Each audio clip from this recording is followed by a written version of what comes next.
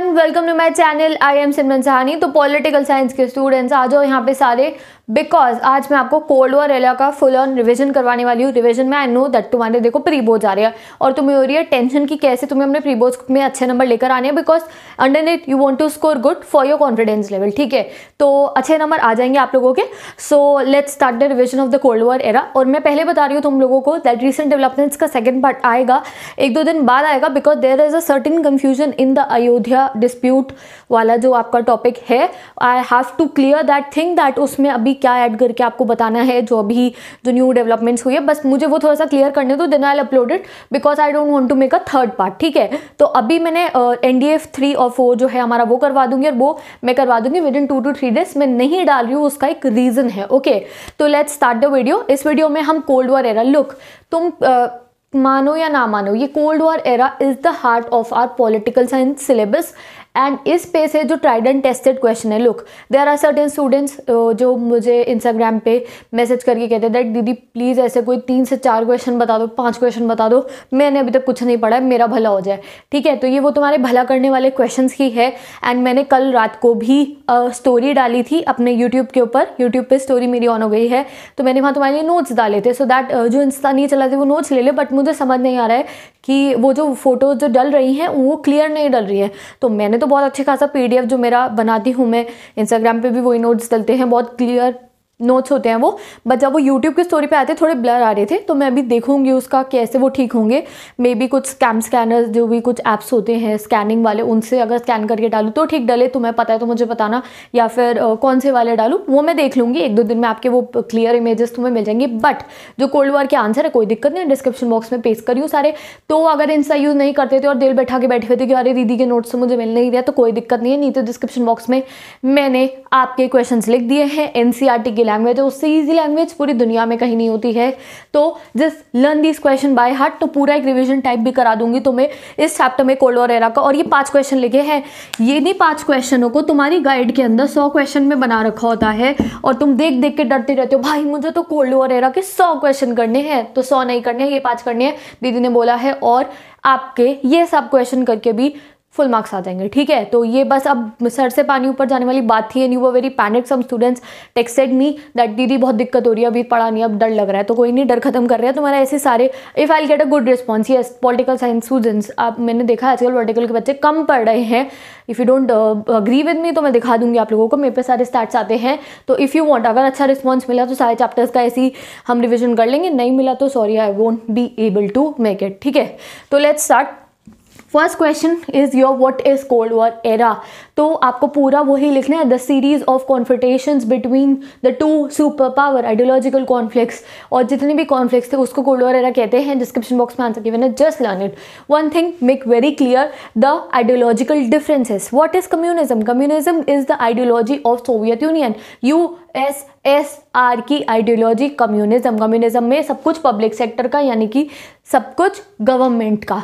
ठीक है, अब दूसरी आइडियोलॉजी कैपिटलिज्म। कैपिटलिज्म में सब कुछ प्राइवेट सेक्टर का, यानी कि लोगों का, प्रॉफिट वाला। ठीक है, मार्केट फोर्सेस वाला। तो ये प्रॉफिट वाला बिजनेस होता है, ये कहाँ का है? USA का। ये होता है पब्लिक वेलफेयर वाला। ठीक है, बट एट द एंड हमने नेक्स्ट चैप्टर में पढ़ लिया दैट कम्युनिज्म में पब्लिक वेलफेयर से ज़्यादा करप्शन हो रहा था, तभी जो हमारी सुपर पावर थी सोवियत यूनियन वो गिर जाती है। ठीक है, तो कम्युनिज्म पब्लिक वेलफेयर, और हमारा ये पब्लिक सेक्टर को बिलोंग करने वाला है, और USSR का है, और कैपिटलिज्म USA का है, प्राइवेट सेक्टर प्लस क्या है इसकी प्रॉफिट मेकिंग वाला है। ठीक है, now let's talk about the NATO and the Warsaw Pact. I remember some students texted me like commented me what is Warsaw Pact, and I was shocked to read that what is Warsaw Pact, you don't know. तो Warsaw pact है communism पे चलने वाली USSR की ideology, और NATO है capitalism पे चलने वाली, ये क्या है हमारी, ये इसका ग्रुप है, अलायंस है, आइडियोलॉजी क्या बोल रही हूँ मैं, USA का अलायंस है। तो वार्सो पैक्ट अलायंस, अलायंस मतलब आप कह सकते हो एक ग्रुप है, Warsaw Pact is a group, alliance word use करना एग्जाम में, is a group of USSR, ठीक है। यूएसएसआर ने अपना एक दल बना लिया, अपना एक गुट बना लिया, अपना एक ग्रुप बना लिया, उसमें बहुत सारे गैंग मेंबर्स इकट्ठे कर लिए हैं फ्रॉम द ईस्ट यूरोप की कंट्रीज, ठीक है। क्यूबा, जो क्यूबन मिसाइल क्राइसिस पड़ा है स्टार्टिंग में, वो भी उसका एक अलायंस, उसके ग्रुप का मेंबर था। कम्युनिज्म की आइडियोलॉजी पे चलते थे ये, और इन सबको टोटल करके कहते हैं वॉर्सो पैक्ट। अब बात करें हम यूएसए की, तो यूएसए ने अपने ग्रुप का, अपने दल का, अपने गुट का नाम रखा नेटो, ठीक है। और उसके अंदर कौन कौन सी कंट्रीज आई? वेस्ट यूरोप की कंट्रीज आई, जैसे कि ईस्ट बर्लिन गया था यूएसएसआर के पास, और वेस्ट बर्लिन गया था हमारा किसके पास? यू आर राइट, यूएसए के पास। तो ये ideological differences Warsaw and NATO should be crystal clear. Next अब बात करते हैं what do you mean by the Cuban missile crisis, ठीक है। तो पूरा आप कौन सा लिखना है? 1961 the president of the small island nation Cuba worried that the American would overthrow them, and ये सब कुछ पूरा आपको, वो जो आपका आंसर है उसको डिटेल में लिखना है, ओके। नेक्स्ट आंसर गिवन है डिस्क्रिप्शन बॉक्स में, आप उसको लर्न कर सकते हो, ठीक है। Next question, cold war era remain cold and not hot war, तो क्या है ये? Logic of deterrence. Logic of deterrence मतलब क्या है कि इधर से भी बम फूटेंगे, इधर से भी बम फूटेंगे, तो दोनों साइड इक्वल भारी भरकम नुकसान होगा, और दोनों में से जीतने वाला कोई भी नहीं था, दोनों शहर ही, दोनों कंट्री ही तहस नहस हो जाती अगर हॉट वॉर हो जाता तो इस सिचुएशन को कहते हैं लॉजिक ऑफ डेटरेंस, की दोनों ही एक दूसरे को इतना ज़्यादा नुकसान पहुंचा देती कि किसी को ये नहीं कह सकते कि हाँ भैया ये जीत गया है। तो इस सिचुएशन को बोला गया लॉजिक ऑफ डेटरेंस, और लॉजिक ऑफ डेटरेंस की वजह से कोल्ड वॉर ही रहा और कोल्ड वॉर हॉट वॉर नहीं बना। Next question, right a short note on arenas of the cold war. तो arenas of the cold war में आता है क्यूबन मिसाइल क्राइसिस, जो एक बहुत हॉट पॉइंट था, हमारे हाई पॉइंट था हमारे कोल्ड वॉर का, कि भैया ऐसा लग रहा था अब भैया अब तो हो गया, भैया अब तो हो रहा है, थर्ड वर्ल्ड वॉर होने वाला है। क्यों?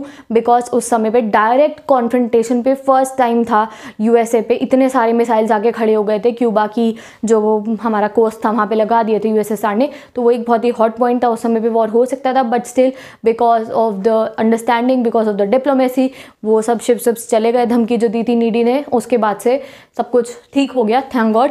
नेक्स्ट है आपका कोरियन वॉर, बर्लिन जो हुआ था हमारा, एंड कॉन्गो, ठीक है। तो ये तीनों की डेट्स मैंने लिखी है, ये तीनों अरेनाज ऑफ कोल्ड वॉर में 1 मार्कर में भी आएंगे, एमसीक्यू में भी, शॉर्ट में भी आएगा, लॉन्ग में आंसर आने के चांसेस कम है, ठीक है। तो ये आपको करना है, बट स्टिल लॉन्ग आंसर भी मैंने आपको प्रोवाइड कर दिया है, एंड नेक्स्ट नोट्स में भी प्रोवाइड कर दूंगी, you can learn it. Now mention some objectives of NAM, ठीक है, नेम लिख दिया, सॉरी मैंने जल्दीबाजी में।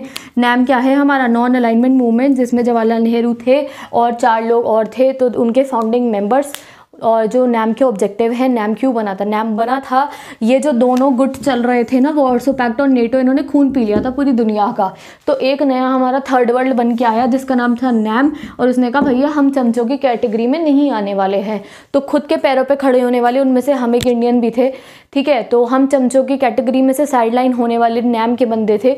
तो वैसे ही बाकी और 5 थे, और ऑब्जेक्टिव्स क्या थे उसके, वो सब डिस्क्रिप्शन बॉक्स में गिवन है। नैम के बाद आपका जो रिलेशनशिप वाली है, उससे ये वीडियो का फोकस क्या है? मोस्ट इंपॉर्टेंट क्वेश्चन, ठीक है।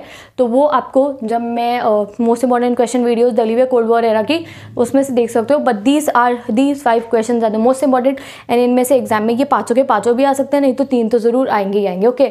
सो with this I am ending today's video, to the point video है, रिविजन मैंने आपको एक तरीके से इसमें कोल्ड वॉर का करा दिया है, और बस अब जल्दी से इनको कर लो और अपना प्री बोर्ड में अच्छे से नंबर लेकर आ जाओ। एंड स्टिल अगर अभी भी कोई confusion, you can ask me down in the comment section. तो पॉलिटिकल साइंस का रिवीजन बैच ऑन है, जाके आप पॉलिटिकल साइंस पढ़ सकते हो। कोई और कंफ्यूजन है, can ask me down in the comment section. Instagram पे सारे नोट्स डले हुए हैं, इंस्टा यूज करते हो तो इंस्टा से जाके ले लो, वरना डिस्क्रिप्शन बॉक्स में जितना मटेरियल पेस्ट हो सकता है, I will paste it for you, okay. So with this I'm ending today's video.